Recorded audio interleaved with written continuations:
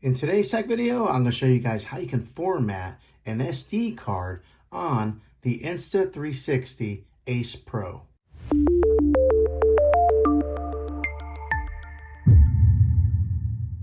Okay, this is how you do that. What you want to do is swipe down from the bottom and it brings up this menu here, and then you're going to swipe over one more time, and then right there, there is a gear icon on the bottom right. You're going to want to click on that and it'll bring up some different options. You're going to want to scroll, keep scrolling to where it says SD card right there.